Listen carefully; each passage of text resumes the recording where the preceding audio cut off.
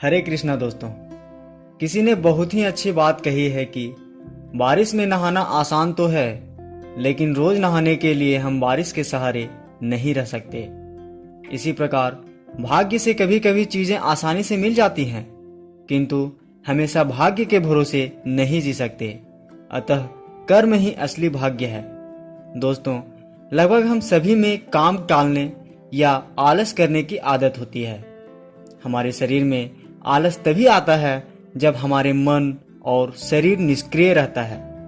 आपने एक किस्सा सुना होगा कि एक आलसी के मुंह पर मक्खियां आकर बैठ गई। उसने पड़ोस में लेटे हुए दूसरे आलसी से कहा कि भाई जरा मेरे मुंह पर से मक्खियां उड़ा दो। पड़ोसी बोला, खुद ही उड़ा लो, मैं आराम कर रहा हूं। इतने में एक कुत्ता आकर उस पड़ोसी के मुंह को अपने जीभ से चाटने लगा।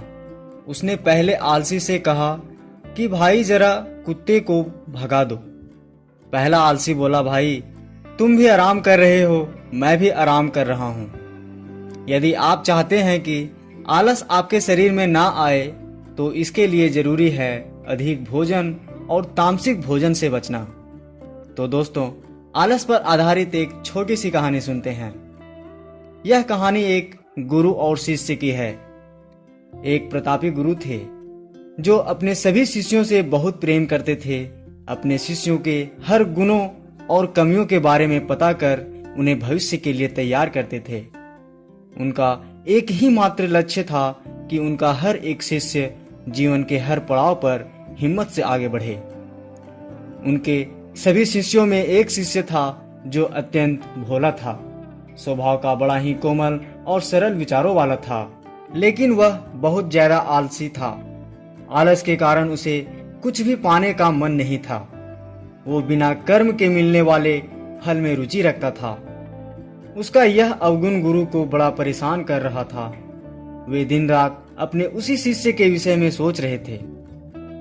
एक दिन उन्होंने पारस पत्थर की कहानी अपने सभी शिष्यों को सुनाई। उस पत्थर के बारे में जानने के लिए सबसे अधिक जिज्ञासु वही आलसी शिष्य था। यह देख गुरु उसकी मनसा समझ गए। वे समझ गए कि यह आलसी है, इसलिए उसे इस जादुई पत्थर की लालसा है।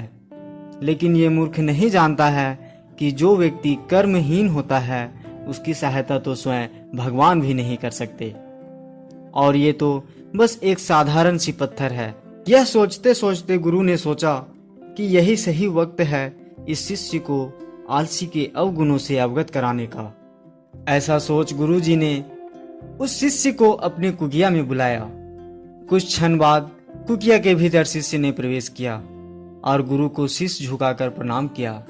गुरु ने आशीर्वाद देते हुए कहा, बेटा, मैंने आज जिस पारस पत्थर की कहानी सुनाई वो पत्थर मेरे पास है, और तुम मेरे प्रिय शिष्य हो, इसलिए मैं वो पत्थर सूर्य उदय से लेकर सूर्यास्त तक के लिए तुम्हें देना चाहता हूँ। तुम उससे जो करना चाहो वह कर सकते हो। तुम्हें जितना स्वर्ण चाहिए तुम इस पत्थर से इस दिए गए समय में बना सकते हो। यह सुनकर शिष्य की खुशी का ठिकाना न था। गुरुजी ने उसे प्रातः सूर्योदय होने पर पत्थर देने को कहा। रात भर वह इस पत्थर के बारे में सोचता रहा और दूसरे दिन शिष्य ने गुरुजी से पत्थर लिया और सोचने लगा कि कितना स्वर्ण मेरे जीवन के लिए काफी होगा। इसी चिंतन में उसने आधा दिन निकाल दिया। दोपहर में भोजन करके वह अपने कक्ष में आया और उस वक्त भी उसी चिंतन में था कि कितना स्वर्ण मेरे जीवन यापन के लिए पर्याप्त होगा। और यह सोचते सोचते आदत अनुसार भोजन के बाद उसकी आंख लग गई, और जब आंख खुली तब दिन ढलने को था और गुरुजी के वापस आने का समय हो चुका था। उसे फिर कुछ समझ नहीं आया। इतने में गुरुजी वापस आ गए और उन्होंने पत्थर वापस ले लिया। शिष्य ने बहुत विनती की, लेकिन गुरुजी ने एक ना सुनी। तब गुरुजी ने शिष्य को समझाया, पुत्र, आलस्य व्यक्ति की समझ पर लगा ताला है। आलसी के कारण तुम इतने महान अवसर का लाभ भी न उठा सके। जो व्यक्ति कर्म से भागता है उसकी किस्मत कभी उसका साथ नहीं देती। तुम एक अच्छे शिष्य हो, परंतु तुम में बहुत आलस है। जिस दिन तुम इस आलस के चोले को निकाल फेंकोगे, उस दिन तुम्हारे पास कई पारस के पत्थर होंगे। शिष्य को गुरु की बात समझ आ गई और उसने खुद को पूरी तरह बदल दिया और उसे कभी किसी पारस पत्थर की लालसा नहीं रही। यह थी कहानी। दोस्तों, श्री कृष्ण भगवत गीता के दूसरे अध्याय के 3 श्लोक में कहते हैं, हे पृथापुत्र, इस हीन नपुंसकता को प्राप्त मत हो, यह तुम्हें शोभा नहीं देती। हे शत्रुओं के दमन करता, हृदय की शुद्र दुर्बलता को त्याग कर युद्ध के लिए खड़े हो जाओ। अतः श्री कृष्ण अर्जुन के माध्यम से हम सभी को यह बताए हैं कि हम सभी के जीवन में अपना अपना एक युद्ध होता है। उस समय अर्जुन का अपना एक युद्ध था और बिना युद्ध किए हुए किसी युद्ध को नहीं जीत सकते।